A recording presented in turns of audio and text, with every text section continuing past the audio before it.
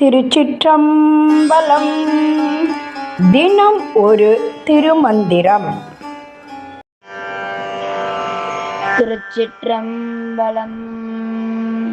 சக்தி சிவன் பர ஞானமும் சாற்றுங்கால் உய்த அனந்தம் சிவமுயர ஆனந்தம் வைத்த சொரு பத்த சித்திவரு குரு உய்த உடல் இவை உற்பலம் போலுமே.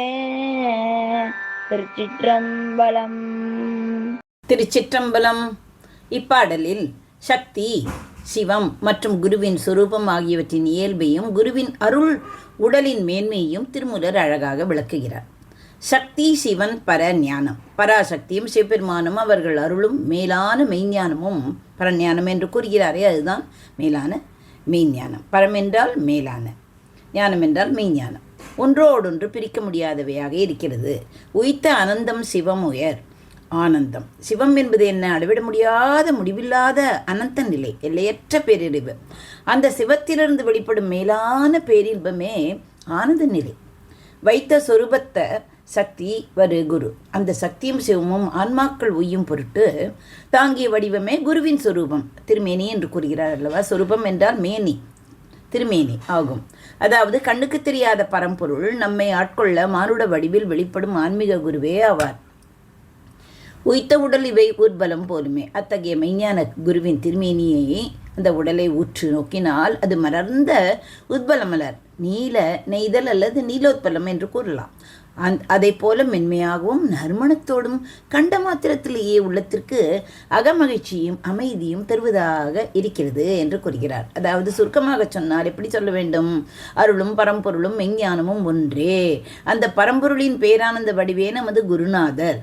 நெய்தல் மலர் போல கண்டவருக்கெல்லாம் இன்பம் தரும் குருவின் மலரடி, அதாவது திருமேனியே ஆன்மாக்களை முக்திக்கு அழைத்து செல்கிறது என்று நாம் கண்டு கொள்ளலாம். பாண்டிய மன்னன் அரிமர்தன பாண்டியன் என்று ஒருவன் இருந்தான். அவன் அமைச்சராக வந்தவர். அவருக்கு அமைச்சராக வந்தவர் தான் வாதவூர் மாணிக்கவாசகர். அரசனுக்காக குதிரைகள் வாங்கி வர பெருமளவு திரவியத்துடன் புறப்பட்டார். அதாவது பெருமளவு நிதியுடன் வெளியில் புறப்பட்டார். வழியில் சிறுபெருந்துறை என்ற இடம் வந்தபோது அங்கே ஒரு குருந்த மரத்தடியில் ஒரு அற்புத காட்சி காத்திருந்தது அவருக்காக. சிவபெருமானே சிவயோகியாக தன் சிவகணங்கள் சூழ கையிலே ஞான நூல் ஏந்தி ஒரு குரு வடிவில் வீற்றிருந்தார். சக்தியும் சிவமும் குருவாக உருவெடுத்தன். அங்கு என்ன? அகில உலகத்தையும் ஆளும் பரம்பொருள் வாதவூராருக்கு அருள் செய்வதற்காகவே ஒரு மானுட குருவின் வடிவத்தை, அதை வைத்த சொரூபத்த சக்தி வரு குரு என்று கூறுகிறாரே, அப்படி ஒரு மானுட குருவின் வடிவத்தை எடுத்தான். உற்பலம் போரும் திருமேனி. அவர் மேனி எப்படி இருந்தது? குருநாதன் அந்த கருணை பொங்கும் கண்களையும் மலர் போன்ற மென்மையான திருமேனியும் கண்ட மாத்திரத்திலேயே வாதவூரர் தம் அரச பதவியையும் உலகப் பற்றுக்களையும் மறந்து விட்டார். ஞானமும் ஆனந்தமும். குருநாதன் தன் மலர் போன்ற திருவடியை வாதவூராரின் சிரசில் வைத்து சிவஞானத்தை உபதேசித்தார்.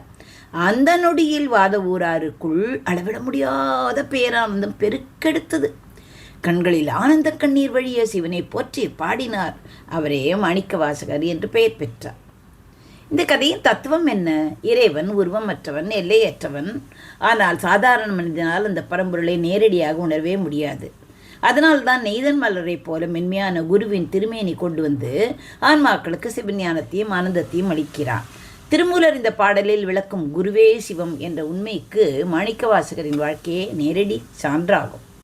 சக்தி, சிவன், பர ஞானமும் சாற்றும் கால் உய்த்த அனந்தம் சிவமுயர் ஆனந்தம் வைத்த பொறு பக்த சக்தி வரு குரு உய்த்த உடல் இவை உற்பலம் போலுமே. நன்றி, வணக்கம். உமா பாலசுப்ரமணியன்.